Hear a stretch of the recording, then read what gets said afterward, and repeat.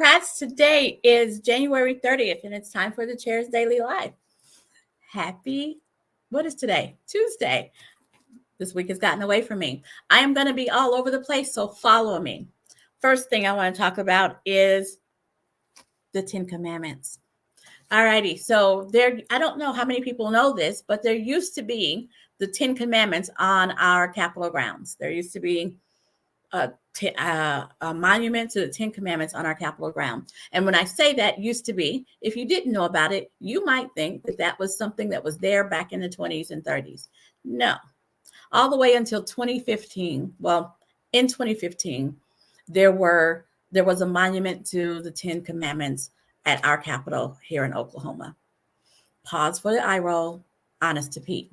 But then the Oklahoma Supreme Court, through a whole bunch of other things, the Oklahoma Supreme Court said no, because that's about religious issues and we have to keep that separate from the Capitol. And so the Oklahoma Supreme Court said, get that off the Capitol grounds in 2015. Now here we are 9 years later, not ancient history, not so far that people couldn't know.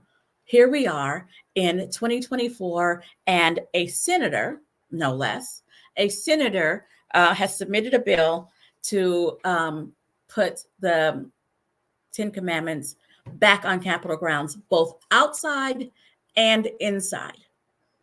Forget that we already spent money for the Oklahoma Supreme Court to say no, but he wants to put it on the outside and the inside.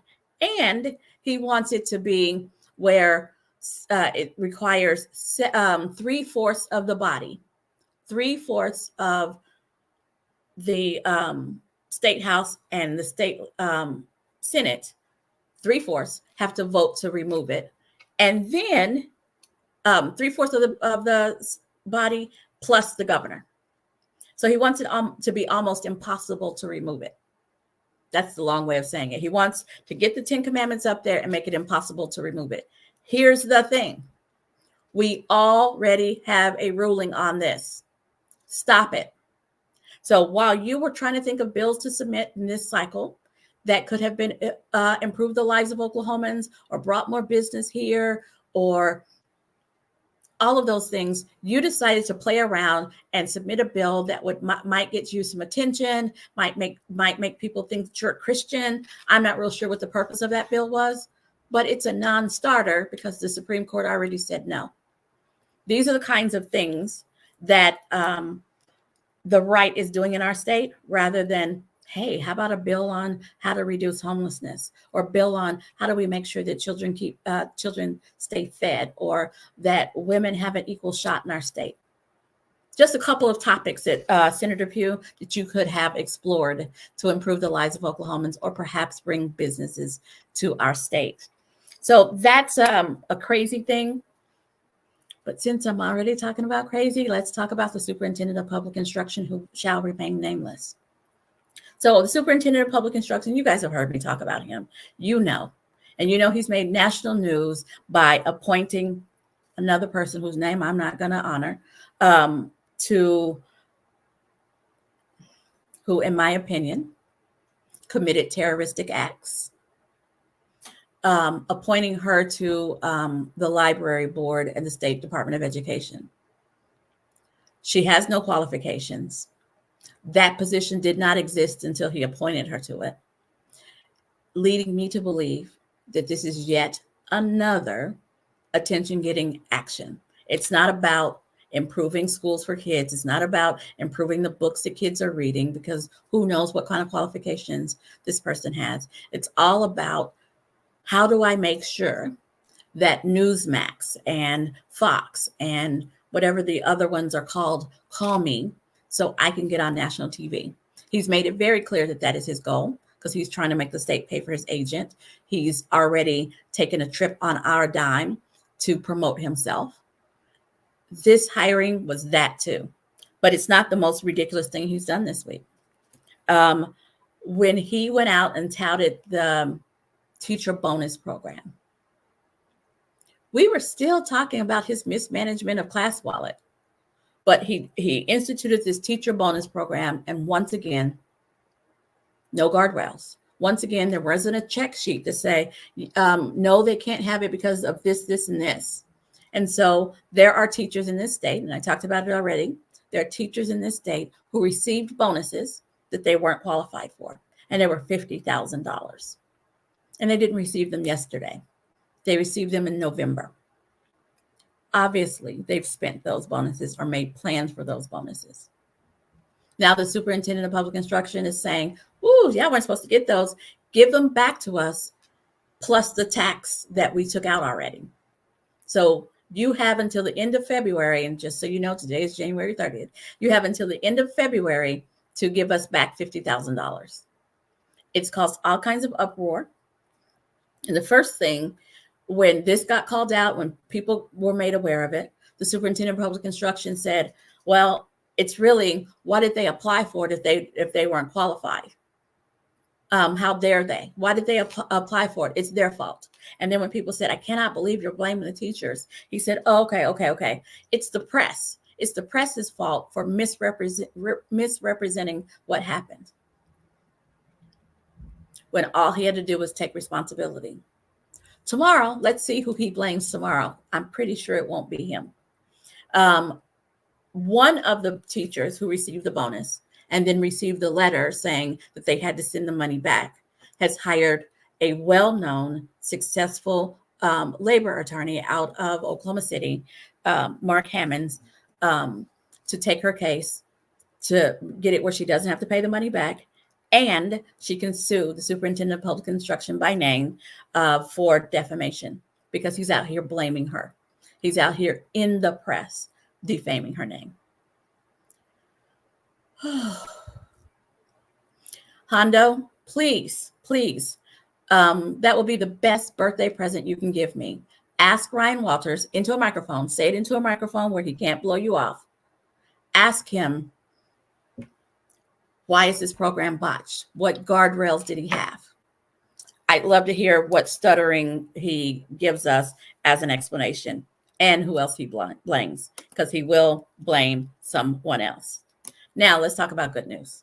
Gotta talk about some good news. Oklahoma State Representative Mickey Dolenz had an op-ed published in the online on MSNBC, where he's talking about these kinds of things, where he's talking about how the right would rather stir up drama than submit bills that help people.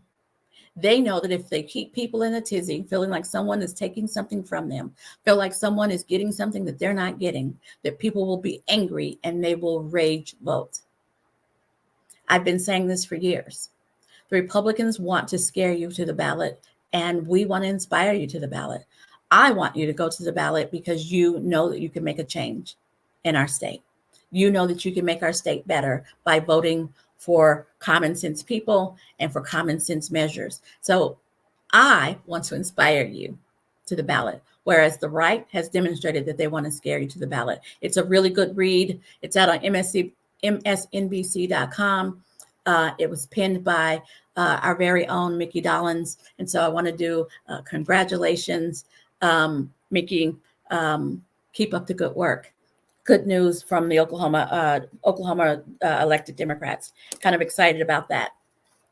Speaking of Oklahoma elected Democrats, I gotta say, not a lot is coming out about this special session that we're in day 2 of. What I haven't heard is that they've come to a deal and everybody's going to get a tax credit. Just so you know, our state legislature is in a special session, which costs the state just under $35,000 a day. Regular session starts on Monday. We could have, or on the 5th. I don't know what day of the week that is, but on the 5th, on February 5th, regular session starts. So we could have just waited for regular session and taken this up, and it wouldn't have cost the state this additional money. But because the governor needed to grandstand, nothing has changed since October, and those are the words of a Republican. Nothing has changed since October, but he put his foot down and he insisted that they go into special session. The House has taken several votes on the issue, and the Senate, before the week started, said that they weren't going to do anything about it. We shall see. It's a lot. And no, Dennis, I can't imagine Ryan Walters agreeing to be interviewed by me. Can't imagine, because he won't be able to give canned answers. And I will ask real questions and follow-up questions because I got questions. And I've talked to a lot of you, and I know you have questions. So tonight, if you are in the Oklahoma City, Bethany area, over there in that area of the state, or can find yourself there by 6:30, the Canadian County Democrats, along with the Oklahoma County Democrats, are putting on a bilingual voter education forum at the Bethany Library tonight at 6:30. I hope you can make it. These are kinds of things that we need to do. We need to be reaching out, talking to voters, and reaching voters where they are. So I'm very proud of Oklahoma County and Canadian County for putting together this forum, reaching out to folks who may feel comfortable speaking in Spanish and doing it bilingually. So folks in the area who want to hear it in English get an opportunity for some voter education. That's tonight, Tuesday, in case you're watching this later, tonight, Tuesday, 6:30 at the Bethany Library. I hope that you're able to make it. Another couple more things. 2 days from now, this Thursday is my birthday. I hope that you'll join me in trivia night. It's a statewide trivia night. If you don't want to drive to Oklahoma City, you can participate via Zoom. Just register on okdemocrats.org/trivia night. We hope to have folks from all over the state. I've seen the questions. I have no idea what questions are going to be pulled. It's going to be a really fun night. It is a fundraiser for the party. If you're in Oklahoma City, we will be at Elmer's on Lincoln. So that should be very fun. I'm looking forward to seeing everybody. I hope everybody drinks responsibly. I'm looking forward to seeing everybody. I think it'll be a very fun night. And if you're thinking about being a delegate to the DNC convention, the big thing that they have in the summer where everybody's on TV and there's confetti and balloons, that's going to be this summer, August 19th through 23rd. If you're thinking about you'd like to be one of the people, our convention where we pick those people, where those people are elected, is April 6th in Ardmore. Go out to our website, learn how you can apply to be one of those people.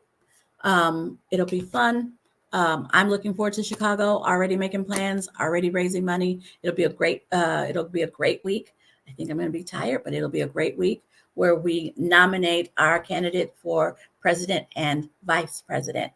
I'm not going to say who because I don't have a thumb on a scale.